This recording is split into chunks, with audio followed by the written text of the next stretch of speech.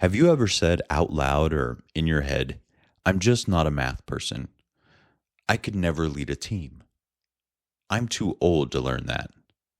If you have, here's the thing. According to Stanford research, every single one of those sentences is a lie that your brain got comfortable telling itself. Now, in the next few minutes, we're going to catch that liar red-handed, and then we're going to replace it with something better, non-toxic positivity. And it's not just the, oh, believe in yourself type motivation. We're just going to talk about real psychology, weird brain facts, and one or two exercises that feel silly, but they actually work. So let's get comfortable being uncomfortable. And it all starts now on this episode of Engage and Inspire.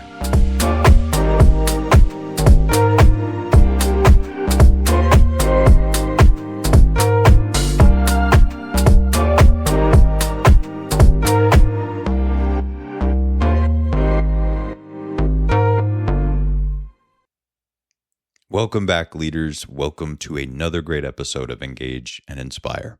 I am your host, Scott Lyles. So, growth mindset, you've heard the term. It's been memed, branded, turned into corporate PowerPoints with clip art of mountaintops. But here's what people miss. A growth mindset isn't about trying harder. It's not about being positive, and it's definitely not about pretending failure doesn't suck. And we know that it stings because we've all felt it. But the research says that sting, if you handle it right, is literally brain fertilizer. So today we're going to dig into what Carol Dweck actually found, and spoiler alert, it's not what LinkedIn influencers think, why praising your employee for being smart is accidentally cruel, and 3 weird, fun exercises that rewire how your brain handles struggle. No motivational poster quotes in this episode, just actual tools. So let's get at it. Now, let me tell you about a study that changed my entire view of talent. In the 1970s, psychologist Carol Dweck took a bunch of kids and gave them puzzles. First easy, and then crazy hard. When the hard puzzles hit, 2 groups emerged. Group A threw their hands up and said, I'm no good at this. Their heart rate stayed flat. They weren't trying. They had checked out. Now Group B did something weird. Their eyes got wide. They leaned in. One kid actually said, and I swear, I love a challenge. Dweck measured their brain activity. Group B's brains were on fire, not because they were smarter, but because they believed struggle was useful. That's the growth mindset in raw form. But here's where the internet gets it wrong. A growth mindset is not, you can be anything you want if you just believe. That's a Disney song. It's cute, but it's not science. A growth mindset is actually, I don't know if I can do this yet, but my brain is literally designed to change with practice, strategy, and feedback. It's called neuroplasticity, and that's a boring science word, and it just means that the human brain is a jungle. Every time you learn something, you're hacking away at a new trail. The first time it's ugly. Twigs in your hair, bugs in your teeth, but keep walking that trail, and eventually, it's a 6-lane highway. Fixed mindset, that's standing at the edge of the jungle saying, well, I'm just not a jungle person. Okay, now let me make you uncomfortable.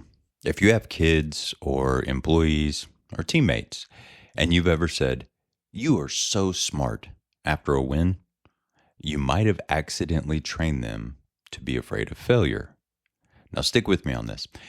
In Dweck's famous 1998 study, 400 fifth graders were given a simple puzzle, and afterwards half were praised for intelligence, comments like, wow, you must be smart at this, and the other half were praised for effort, with comments like, wow, you must have really worked hard. Then they were offered a choice, take an easy puzzle next, or a harder one that they'd learn from. 67% of intelligence praise kids chose the easy puzzle. They didn't want to risk looking dumb.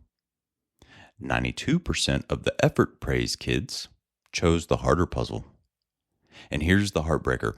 When they all got super hard puzzles, the ones that were too hard to solve on purpose, the intelligence praise kids lied about their scores, got frustrated faster, and performed worse overall.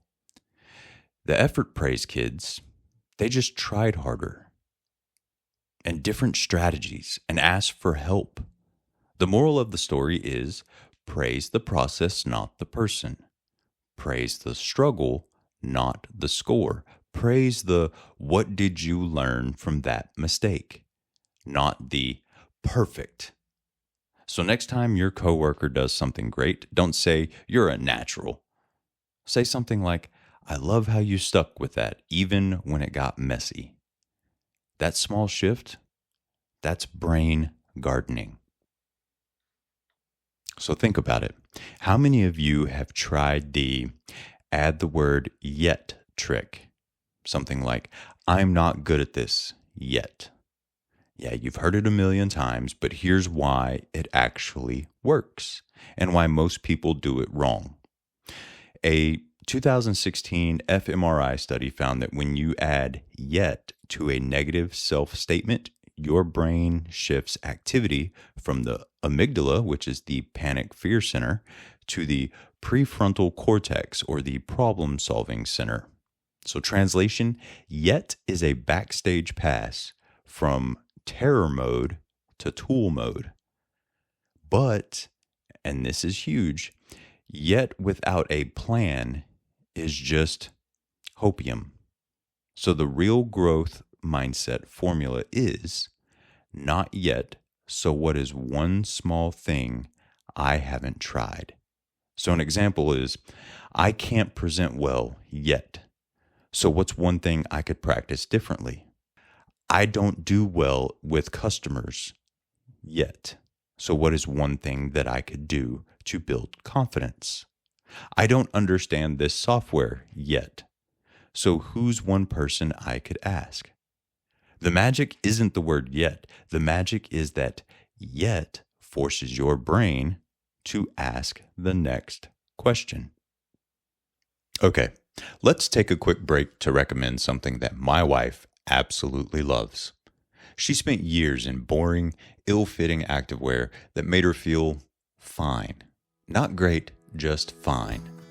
Then she found Wear Playground at wearplayground.com, and her whole confidence shifted.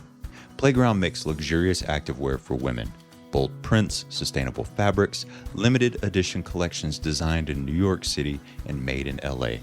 My wife says it actually fits, breathes, and looks beautiful, whether she's at the gym or running errands and grabbing a cup of coffee.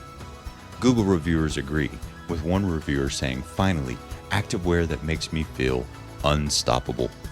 So if you're tired of bland workout gear, or if you're a guy wanting to get something great for the woman in your life, head to wearplayground.com. I got you 20% off any product, exclusive to my listeners. So use my promo code HELM, that's HELM, at checkout. So full disclosure, I do earn a commission on this when you use the code, but that supports the show. And honestly, I only recommend what actually works in my own home. So check them out at wearplayground.com. All right, let's play. Here are 3 research-backed, slightly silly exercises that rewire your brain's relationship with struggle. Now, exercise 1 is called the beautiful oops reframe. Next time you mess up, and I mean like really mess up, say out loud, I'm serious, out loud, that was useful data. In a 2019 study, people who reframed mistakes as data instead of failures solved problems 32% faster on the next attempt. Now, why does it work? Data is neutral. Failure is shame. Neutral wins all the time. Now, exercise 2 is called the 5-minute struggle resume. Now, what you do is once a week, write down 3 things that you used to not be good at, but are now either okay or good at. So examples are parallel parking, saying no to people, using Excel without crying. This isn't toxic positivity, it's evidence. Your brain needs proof that change is possible. Now, exercise 3 is the wrong first challenge. So pick one low stakes task this week, an email draft, a recipe, a workout, and intentionally do it badly on purpose. Then fix it. Why? Because perfectionism is just fear wearing a fancy suit. Research from Harvard Business School shows that people who deliberately make rough first drafts produce better final results than those who tried to be perfect from the start. So once I deliberately sent a terrible email to a colleague just saying this. The subject line was thing and the body was do the thing. Okay, thanks. She laughed and we fixed it together, and it was genuinely better than my first real attempt would have ever been. Okay, let's get real for 90 seconds. A growth mindset is not a magic spell. If you're 5 feet tall, you probably won't play in the NBA. If you've never touched a guitar at 60, you probably won't tour with Beyonce. And that's fine. That's not the point here. The point is you can be better than you are today. Not perfect, but better. Dweck herself warns against what she calls false growth mindset. The idea that anyone can do anything if they just try hard enough. That's just shame disguised as inspiration. Real growth mindset says, what's my realistic range of improvement, and what's the first tiny step inside it? So stop asking, can I do this? And start asking, can I do 1% more than last week? That's not bland. That's liberating. So here's what I want you to do. The very next time you catch yourself thinking, I can't do this, and it will happen, probably today, maybe tomorrow, but it will happen.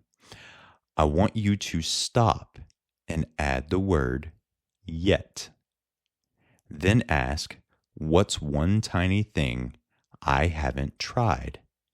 Not 10, 1. Do that, and you've just gone from fixing to growth in 5 seconds. Thanks for hanging out with me on this episode of Engage and Inspire. If this episode made you slightly uncomfortable, good. That's the brain fertilizer. Share this with someone who says, I'm just not a blank person. I'd like to thank our sponsor for this episode, wearplayground.com. Also, don't forget to like, share, and subscribe to the podcast. Let's get this message of great leadership out to the world. Don't forget to check out our TikTok. Our handle is @engage.inspire. And finally, don't forget to get your copy of How Can I Help and Leadership Hacks That Actually Work. You can find them on Amazon and Barnes & Noble. And until next time, remember, keep engaging and keep inspiring. Take care.